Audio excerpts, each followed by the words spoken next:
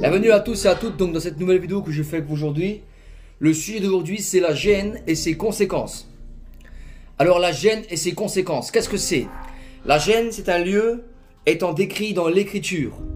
Un lieu de tourment, un lieu de punition dans lequel nous allons, si malheureusement nous ne choisissons pas de suivre le Messie Christ, y demeurer. Parce que nous avons une malédiction, figurez-vous.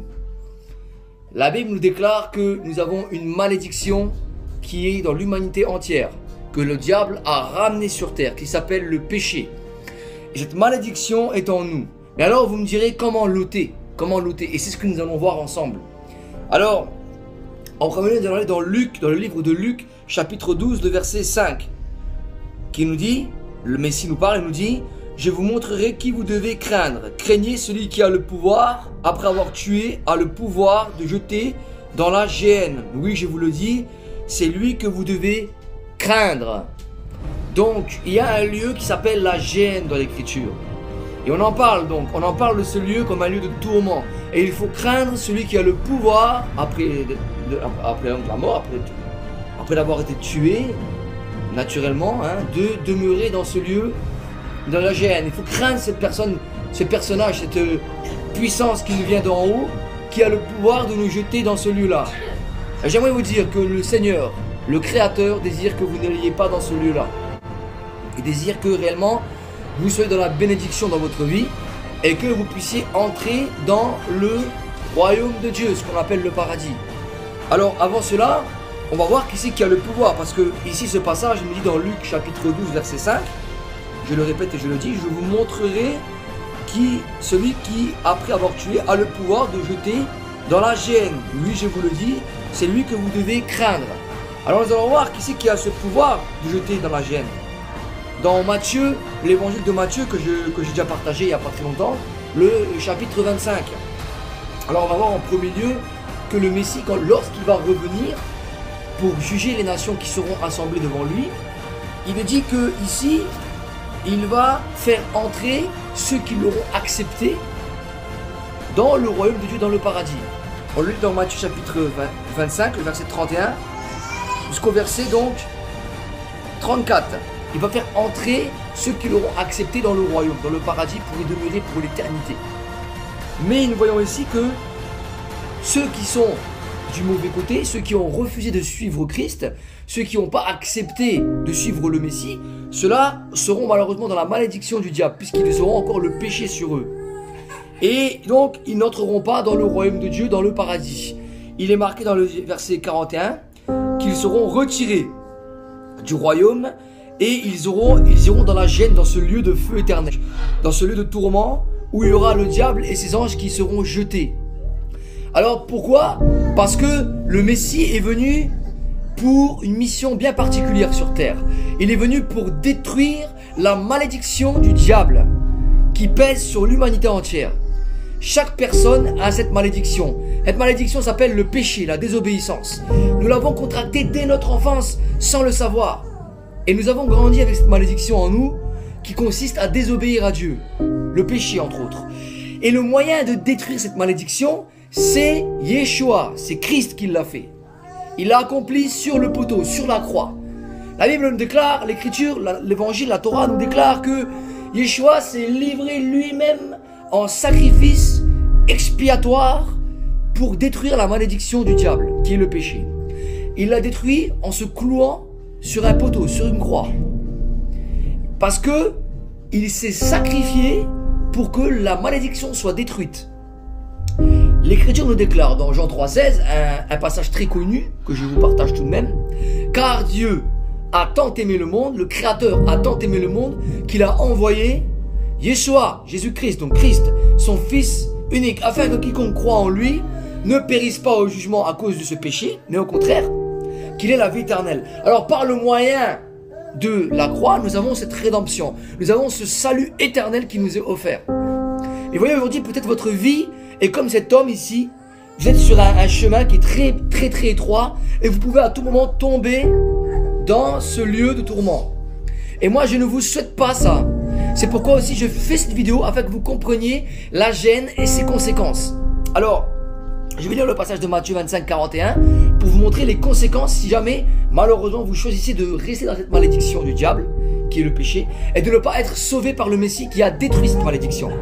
Alors, il est dit quoi? Il est dit que dans le verset 41, « Retirez-vous de moi, maudit, allez dans le feu éternel qui a été préparé pour le diable et pour ses anges. » Voilà le sort, malheureusement, qui est réservé à ceux qui refusent la grâce, le cadeau et la rédemption en Jésus-Christ. Pourquoi? Parce que ce lieu de tourment, voilà, Christ vous aide à vous relever et à passer de l'autre côté pour avoir la vie éternelle. Mais si vous choisissez l'inverse, vous serez tombé dans ce lieu de tourment. Et moi, je souhaite que vous soyez ici, dans ce lieu où il y a la rédemption, où il y a la vie éternelle pour vous. Pour ça, il n'y a qu'un pas dans votre cœur, c'est de choisir de suivre le Messie Christ dans votre vie. Car ce lieu de châtiment est terrible. Il est terrible, la colère de Dieu est terrible. Et je vais lire encore le livre d'Apocalypse, Apocalypse chapitre 20, qui nous parle de ce lieu toujours, de ce lieu de tourment.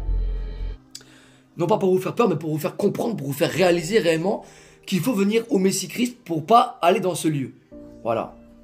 Donc on va lire maintenant Apocalypse 20, pardon. Donc le verset 14 jusqu'au verset 15. Puis la mort et les suites des morts furent jetés dans l'étang de feu. C'est la seconde mort, l'étang de feu. Quiconque ne fut pas trouvé écrit dans le livre de vie fut jeté dans l'étang de feu. Voilà. Donc, moi, mon désir, c'est que vous soyez dans la vie éternelle avec Christ et non dans l'étang de feu. Donc, il n'y a qu'un pas pour faire le choix d'aller dans la vie éternelle avec Christ et de ne pas périr dans l'étang de feu. Alors, j'aimerais avec vous, si vous le voulez bien, qu'on fasse juste une prière pour accepter le Messie. C'est très simple. On fait une petite prière ensemble et vous allez juste répéter les paroles que je vais vous dire. Ensemble. Alors, si vous le voulez bien, voilà, vous voulez accepter Christ, vous voulez maintenant le suivre pour ne pas demeurer dans le lieu de châtiment, mais demeurer dans la vie éternelle. Faites cette prière avec moi. Seigneur Tout-Puissant, Créateur de l'univers, aujourd'hui, je reconnais être un pécheur. Aujourd'hui, j'accepte le Messie, Christ, que tu as envoyé pour me sauver. Aujourd'hui, je le reconnais comme mon Sauveur et comme mon Seigneur. Je reconnais que je suis un pécheur et que de mes propres forces, je ne peux pas être sauvé. Aujourd'hui, j'accepte de suivre le Messie. Je reconnais qu'il a été crucifié à la croix pour mes péchés et qu'il a ressuscité des morts le troisième jour. Père Tout-Puissant, je demande que tu m'inscrives dans ton livre de vie et que tu me prépares une place dans ton royaume.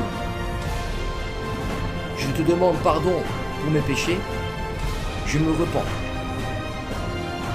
Aujourd'hui, j'accepte de te suivre dans ma vie. Inscris-moi dans ton livre de vie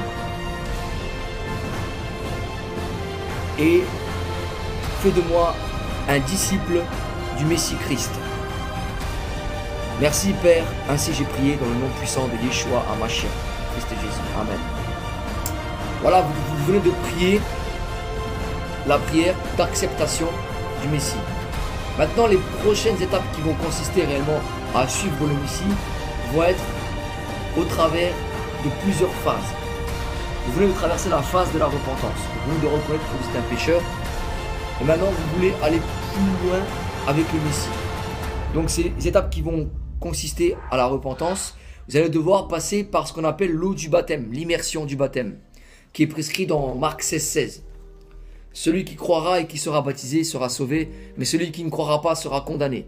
Alors, voilà, je vous invite réellement à vous faire baptiser, à entrer dans l'eau du baptême. Si vous voulez me contacter pour diverses questions ou pour ce fameux baptême, n'hésitez surtout pas à me contacter. On pourra s'organiser alors à ce moment-là et se voir ensemble. Voilà, je vous remercie beaucoup. Sachez que la vie éternelle en Christ, c'est gratuit. C'est quelque chose de totalement gratuit. Que bien sûr, aucun homme ne mérite puisqu'on est tous pécheurs, on est tous dans la malédiction du diable. Mais aujourd'hui, il y a une possibilité d'être sauvé. Même quand on ne le mérite pas, il y a une possibilité. Et c'est le Messie-Christ qui est venu l'apporter. Voilà. Jean 3,36. Celui qui croit au Fils a la vie éternelle. Celui qui ne croit pas au Fils a la colère de Dieu qui demeure sur lui. Prenez la décision, contactez-moi, je vous enverrai un évangile. On pourra discuter ensemble sur Skype. On pourra parler ensemble même au téléphone s'il faut. Voilà, et on pourra envisager le reste, la suite. Je vous dis à bientôt pour une prochaine vidéo et que Dieu vous bénisse. Au revoir.